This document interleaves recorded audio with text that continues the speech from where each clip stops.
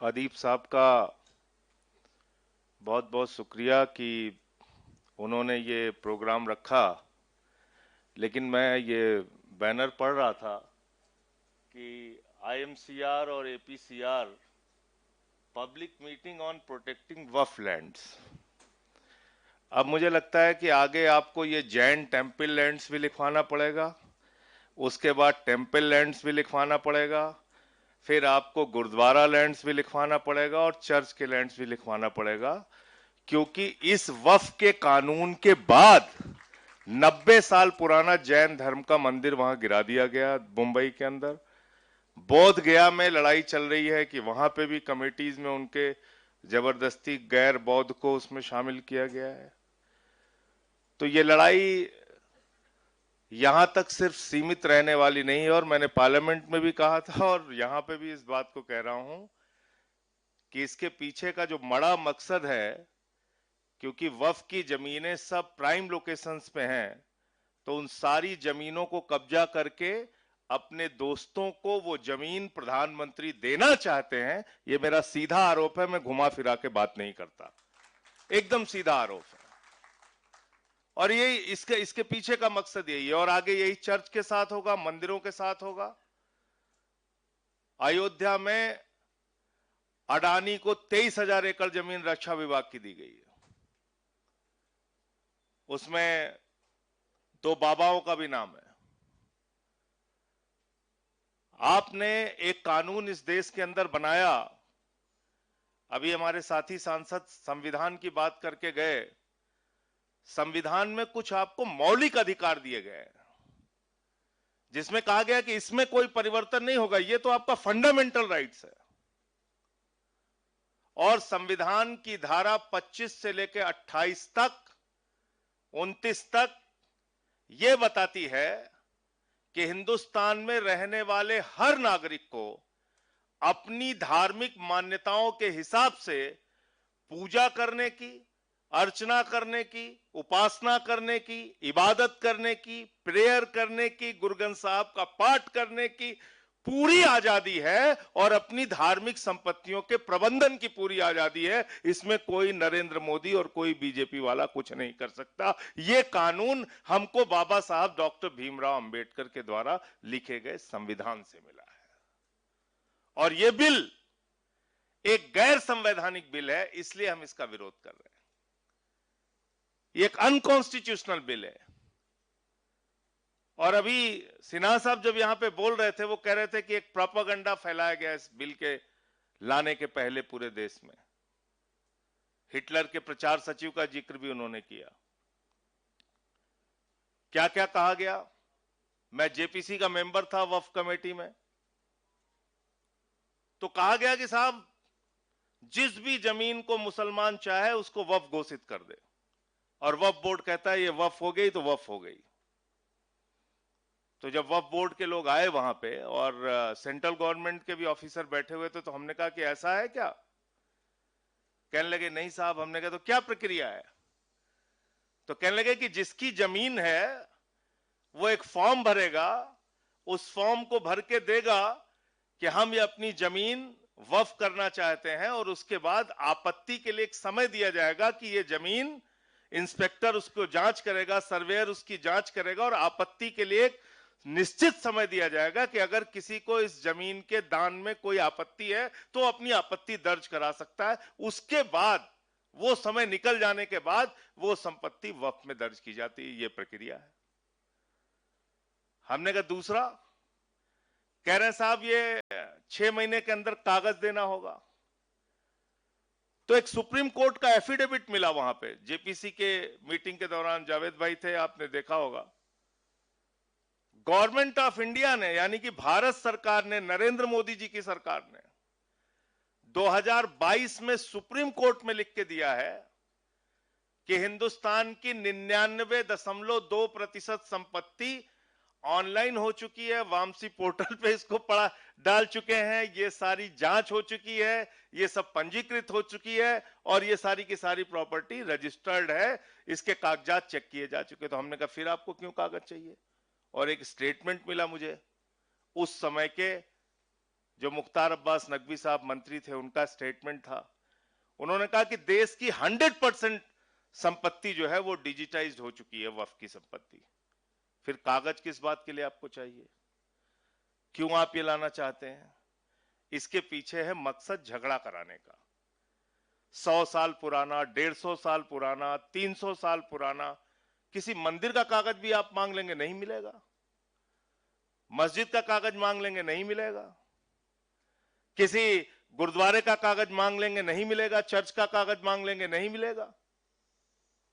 तो आप इससे एक झगड़ा कराने की कोशिश कर रहे हैं ये कानून लाके कि आपको 6 महीने के अंदर कागज जमा करना पड़ेगा। दूसरी क्या खतरनाक बात इसमें लिखी है आपने? आपने इस वक्फ बिल के अंदर लिखा कि 5 साल का प्रैक्टिसिंग मुस्लिम होना चाहिए, तभी वो दान कर सकता है।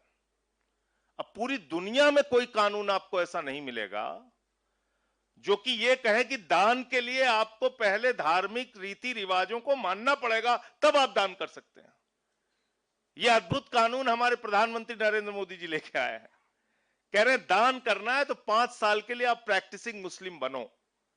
तो हमने कहा भैया तय कैसे करोगे? मुसलमानों के घर में सीसीटीवी कैमरा लगाओगे कि 5 वक्त की नमाज पढ़ रहे हैं कि नहीं पढ़ रहे हैं, रोजा रह रहे हैं कि नहीं रह रहे हैं, जुमे की नमाज पढ़ी कि नहीं पढ़ी, इन्होंने कैसे आप तय करेंगे? और मैंने यहां पे, मैं फिर दोहरा रहा हूं, मैंने जो वहां पे कहा फिर से यहां कह रहा हूं, मैंने कहा कि कोई आदमी हिंदू धर्म का मानने वाला हो, कोई आदमी सिख धर्म का मानने वाला हो, ईसाई धर्म का मानने वाला हो, इस्लाम धर्म का मानने वाला हो, या किसी भी धर्म को न मानता हो, नास्तिक हो, उसको भी दान करने से आप कतई रोक नहीं सकते हैं। दान होता है अपनी जमीन का, अपनी प्रॉपर्टी का, कोई भी आदमी कर सकता है। तो ये आपने एक कानून इसमें जबरदस्ती का डाल दिया। दूसरा, उनको वक्फ बोर्ड के आमदनी की बड़ी चिंता है आप लोगों की कि साहब वक्फ बोर्ड की आमदनी नहीं हो रही है, और सच्चर की कमेटी की रिपोर्ट में कहा गया है कि 12,000 करोड़ रुपए की आमदनी हो सकती है अगर इसका सही ढंग से इस्तेमाल किया जाए वक्फ प्रॉपर्टीज का। तो मैंने कहा भाई ज्यादा मेहनत मत कीजिए, आप सिर्फ एक अडानी को पकड़ के लेके आइए, वो नीरव मोदी को पकड़ के लेके आइए, 20,000 करोड़ रुपए उससे वसूलिए और 12,000 करोड़ रुपए आप वक्फ बोर्ड को दे दीजिए, 8,000 करोड़ आप अपने पास रख लीजिए। लेकिन सच्चर कमेटी की रिपोर्ट इतनी सीमित नहीं है, उसको बहुत छोटा करके दिखाया जा रहा है। मैं चाहता हूं जो लोग वक्फ पे बात कर रहे हैं वो सच्चर कमेटी की भी रिपोर्ट पढ़ें, और उस सच्चर कमेटी की रिपोर्ट में यह भी लिखा हुआ है कि हिंदुस्तान के अलग अलग राज्यों में, चाहे वो दिल्ली हो, राजस्थान हो, उड़ीसा हो, मध्य प्रदेश हो, करीब करीब 363 ऐसी प्रॉपर्टी है, 363 ऐसी संपत्तियां हैं जहां सरकार ने वक्फ की जमीन पे कब्जा कर रखा है, जहां सरकार ने वक्फ की जमीन पे कब्जा कर रखा है। तो आप उन जमीनों को खाली कराइए, ये वक्फ, ये भी सच्चर कमेटी की रिपोर्ट में लिखा गया है। तो हमने कहा ये आप क्यों नहीं बताते? फिर कहने लगे हमें पसमादा की बड़ी चिंता है, मुस्लिम महिलाओं की बड़ी चिंता है। मैंने कहा इसमें तो कहीं रोक है ही नहीं कि मुस्लिम महिलाएं मेंबर नहीं बन सकती, वो पहले से ही है। दूसरा, पसमादा की आपको चिंता है तो एक सुझाव मैंने भी दिया, मैंने कहा भाई अगर आप ये चिंता आपको है तो ये चिंता आपको हिंदुओं के लिए भी सतानी चाहिए, और देश के 80% दलित, आदिवासी, पिछड़ा और महिलाओं को हिंदू संस्थानों के पुजारी बनाओ, कमेटियों में रखो, उनके बोर्ड में शामिल करो, तब आप बात करो। ये इस तरह की दोहरी बातें करने से फायदा नहीं है। दो तरफा आप चाल चलेंगे, ये ठीक नहीं है। और दो तरफा चाल हो रही है इस देश में, दो तरह के कानून का नजरिया है इस देश में। एक अली खान महमूदाबाद के मामले में है और एक विजय शाह के मामले में है। और मैं अदीब साहब से कहना चाहता हूं, आप कोई पोस्ट लिखते हैं, आप कठिन अंग्रेजी में मत लिखा कीजिए। कठिन अंग्रेजी में लिखेंगे तो मुश्किल हो जाएगी। साफ साफ हिंदी में लिखिए, उर्दू में लिखिए, उसका हो सकता है ट्रांसलेट करा लें। अंग्रेजी का तो भाटिया मैडम ने बता दिया कि हम उठा के जेल में डाल देंगे अगर कठिन अंग्रेजी लिखोगे तो ये हो रहा है। तो मैं सिर्फ ये कहना चाहता हूं कि तानाशाही से जिस तरह से इस देश को चलाने की कोशिश की जा रही है वो ठीक नहीं है। और कई बार हमारे साथी जब इस बात को कहते हैं कि 1947 में हमने ये फैसला लिया यहां रुकने का, वो सुन के मुझे बहुत दुख होता है। कृपा करके ये कहना बंद कीजिए, ये आपका मुल्क था, है और रहेगा, इसमें कोई भी ये बात करने की जरूरत नहीं। क्योंकि ये बात जब मैं सुनता हूं तो मुझे बहुत दुख होता है। मैंने अपने कई मुस्लिम साथियों से शेयर भी इस बात को किया। मैंने कहा ये क्यों कहते हो कि हमने 47 में निर्णय लिया और सोचा और समझा। रहे भाई, ये आपका मुल्क है, आपने निर्णय क्यों लिया? आपके बाप दादा, आपके पुरखे यहां पे रहे, यहां पैदा हुए आप, तो आपका मुल्क है, ये कहने की जरूरत नहीं है। ये देश सेकुलर है, इसलिए नहीं कि प्रधानमंत्री मोदी जी धमका के हमको जो चाहेंगे वो कर लेंगे, या बीजेपी जो चाहेगी वो कर लेगी, या आरएसएस जो चाहेगी वो कर लेगी। ये देश सेकुलर है और अपने मिजाज से, अपने विचारों से सेकुलर है। और इसका सबसे बड़ा उदाहरण यह है कि वक्फ बिल के खिलाफ 232 वोट पड़े, जिसमें सिर्फ 24 मुसलमान थे, बाकी सब हिंदू थे, सिख थे, ईसाई थे। 95 वोट राज्यसभा में पड़े, जिसमें मुश्किल से 5 और 6 मुसलमान रहे होंगे, बाकी सब हिंदू थे, सिख थे, ईसाई थे। कोई भी गलत काम होगा उसके खिलाफ हम लोग आवाज उठाने के लिए खड़े रहेंगे, आपके साथ कंधे से कंधा मिला के खड़े रहेंगे। हो सकता है आज आपको लग रहा हो कि हम लोग कमजोरी की हालत में हैं। होता है राजनीति में, कभी किसी की संख्या ज्यादा हो गई, इसका मतलब क्या है मैदान छोड़ के भाग जाएंगे? बिल्कुल भागेंगे नहीं। आंख में आंख मिला के इनसे लड़ाई लड़ेंगे, अपने हक के लिए, संविधान के लिए, जायज बातों के लिए। उसमें पीछे हटने की कोई आवश्यकता नहीं है। तो इसलिए मुझे लगता है यह कहना बिल्कुल बंद करना चाहिए कि हमने 47 में फैसला लिया। यह आपका ही मुल्क है, आपने क्या फैसला लिया? आपका मुल्क है ये, और ये एक सेकुलर मुल्क है। ये संख्या बल का खेल तो बदलता रहता है। अभी पूरे देश ने दिखाया ना, पहलगाम की घटना के बाद पूरे हिंदुस्तान ने दिखाया कि हिंदुस्तान एक सेकुलर मुल्क है। पहलगाम की घटना के बाद कश्मीर के गलियों में, मोहल्लों में, गांवों में, लाल चौक तक में प्रदर्शन हुआ और सबने कहा यह निंदनीय घटना है, इसकी हम भर्त्सना करते हैं, हम इसके खिलाफ हैं। और रो रो के लोगों ने इस बात को कहा। अभी आपने ऑपरेशन सिंदूर शुरू किया, पूरे देश के मुसलमान आपके साथ खड़े हुए। मस्जिदों में उन्होंने ऐलान किया कि हम इस मामले में भारत की सरकार के साथ हैं। सर्वदलीय बैठक में हमने कहा कि हम साथ में हैं। हां, मार्केटिंग करने के लिए हम साथ में नहीं हैं। मार्केटिंग मुबारक हो मोदी जी को। आज उन्होंने बोला है कि हमारे शरीर में गरम खून नहीं बह रहा है, गरम सिंदूर बह रहा है। मुझे शर्म आई ये बात सुनकर, भारत के प्रधानमंत्री की ये बात। अभी ऑपरेशन सिंदूर जारी है। अभी वो 4 आतंकवादी पकड़े नहीं गए जिन्होंने हमारे बहनों के सिंदूर उजाड़े, और आपने उसकी मार्केटिंग शुरू कर दी। आपने उसके नाम पे वोट बटोरना शुरू कर दिया। चश्मा लगा के और सेना का ड्रेस पहन के और बड़े बड़े पोस्टर होर्डिंग लगवा के आप घूम रहे हैं। सर्वदलीय बैठक में आपको आने की फुर्सत नहीं है, आप बिहार के चुनाव में जाके रैली संबोधित कर रहे हैं।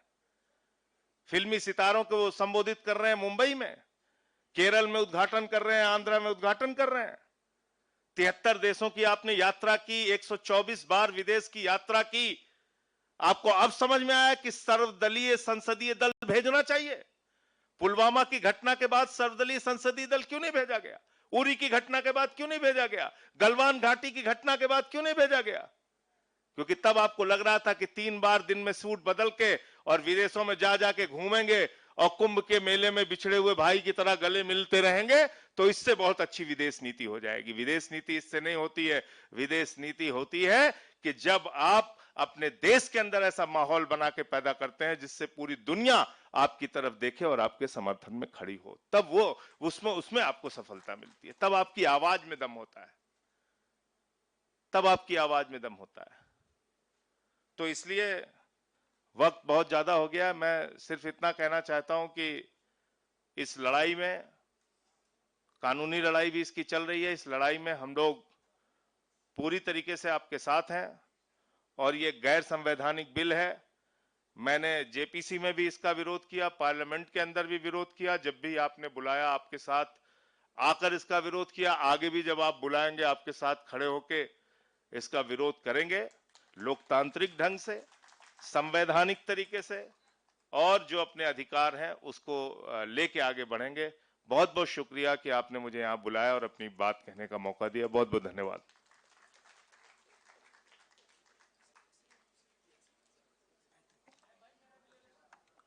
बहुत शुक्रिया संजय सिंह साहब।